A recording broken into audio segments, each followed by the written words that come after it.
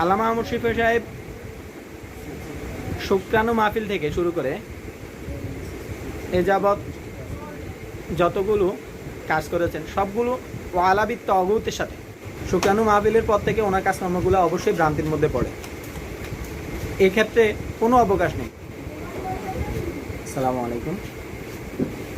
কোনো ব্যক্তির সামগ্রিক জীবন যদি ইসলামের আলোকে হয় এবং ইসলাম যদি ওই ব্যক্তির সামগ্রিক জীবনকে কর্ম অনুমোদন দেয়, মৃত্যুর পরে ওলামায়ে কেরাম বলেন মৃত্যুর পরে ওই ব্যক্তির নামের শেষে আমরা রহেমাহুল্লাহ, আল্লাহ তাআলা তানার উপর বরকত দান করেন, তানাকে জান্নাতুল ফেরদাউসের উচ্চ মর্যাদা মর্তবা দান করেন, এগুলো বলে থাকি।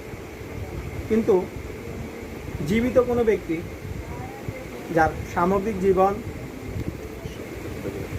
সুন্নাহর আদলে চলে বা সুন্নাহর উপর অধিষ্ঠিত থাকে, ওই ব্যক্তিকে আল্লাহ তাআলা মানুষের মাধ্যমে বিভিন্নভাবে বরকত দিয়ে থাকেন। হাফিজাউল্লাহ বলে থাকেন বা কখনো বলে থাকেন দামাত বারাকাতুহু।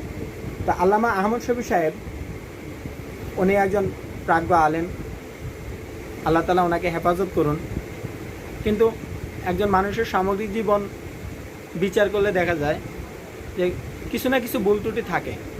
আল্লামা আহমদ শফিও এর ব্যতিক্রম নয়। আল্লামা আহমদ শফি সাহেব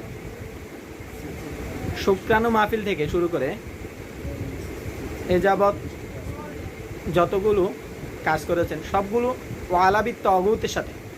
কখনোই কুফরবিদ তাগুত ওনার কাছ থেকে প্রকাশ পায়নি। তাহলে কিভাবে শুক্রাণু মাহফিল, আমরা শুকরানা বলি না, শুক্রাণু মাহফিল থেকে এ পর্যন্ত ওনার এই কর্মগুলোকে আমরা অনুমোদন দিয়ে থাকি। মাওলানা ওসামা মোহাম্মদ হাফিজাল্লাহ তাআলা, আল্লাহ ওনাকে হেফাজত করুন, ওনার মাধ্যমে এই কথা এখন স্পষ্ট যে আল্লামা আহমদ শফি সাহেব এখন অনেক ভ্রান্তির মধ্যে আছেন। ওনার ছেলে আনাস মাদানী ভ্রান্তির মধ্যে, জি, উনি অনেক ভ্রান্তির মধ্যে আছেন।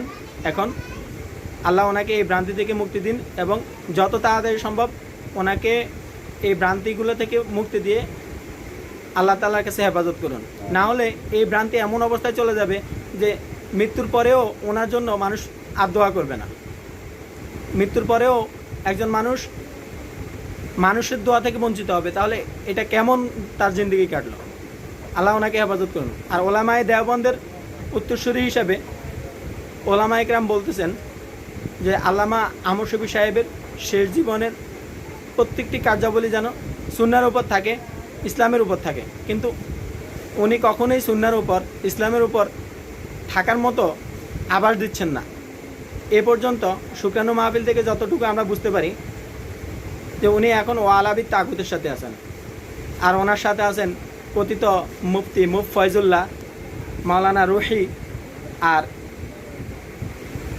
প্রখ্যাত তথাকথিত মুহাদ্দিস আহমদ সাহেব। তো যাই হোক, আল্লাহ তাআলা ওনাদের সবাইকে হেদায়েত দান করুক, আমরা ওনাদের হেদায়েতের কামনা করি। আর জোনায়েদ বাবুনগরী হাফিজাউল্লাহ তাআলা, আল্লাহ তাআলা ওনাকেও হেফাজত করুন। ওনাকে ইদানিং আনাস মাদানী গং চাপ দিচ্ছে যে কিভাবে ওনার কাছ থেকে একটা ভিডিও ক্লিপ নেওয়া যায়, কিভাবে প্রকাশ করতে পারে যে ওয়ালাবি তাগুতের সাথে আত্মপ্রকাশ করে, কিভাবে একমত পোষণ করে। অথচ মাআজ আল্লাহ, আমরা যতটুকু জানি যে জোনায়েদ বাবুনগরী হাফিজাউল্লাহ তাআলা সবসময় কুফরবিদ তাগুতি করে আসছেন।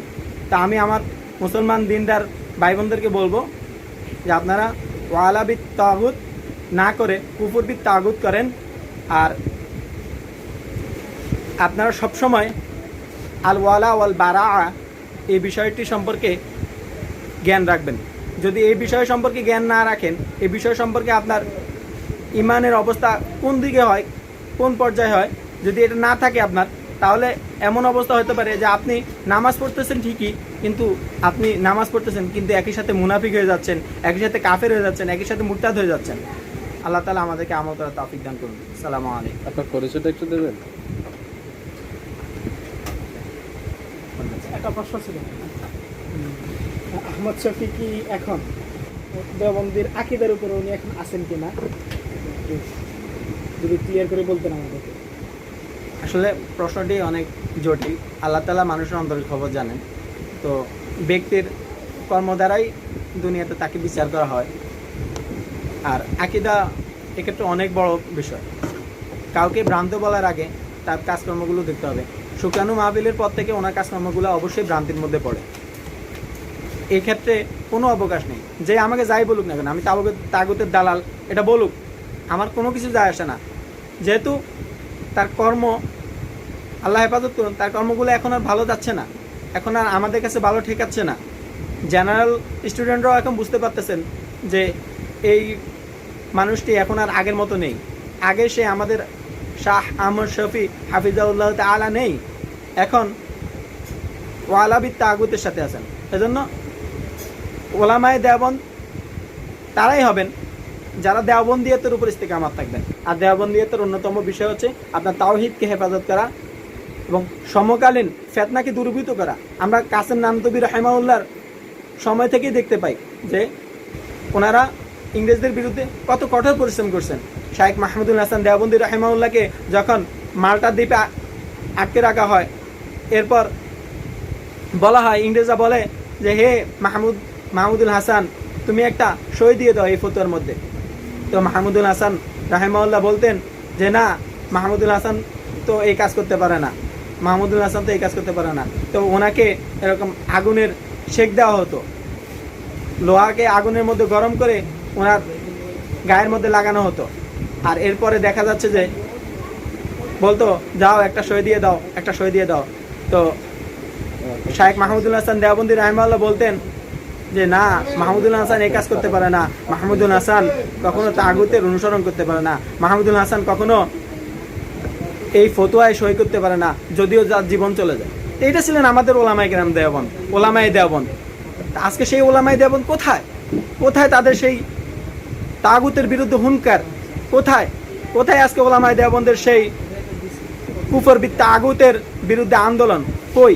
আমরা তো আজকে এগুলো দেখতে পাই না।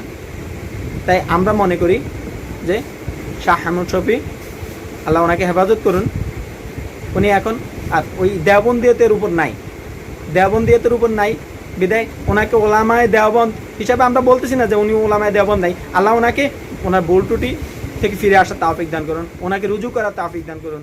আমা তাওফিক ইল্লা বিল্লাহ।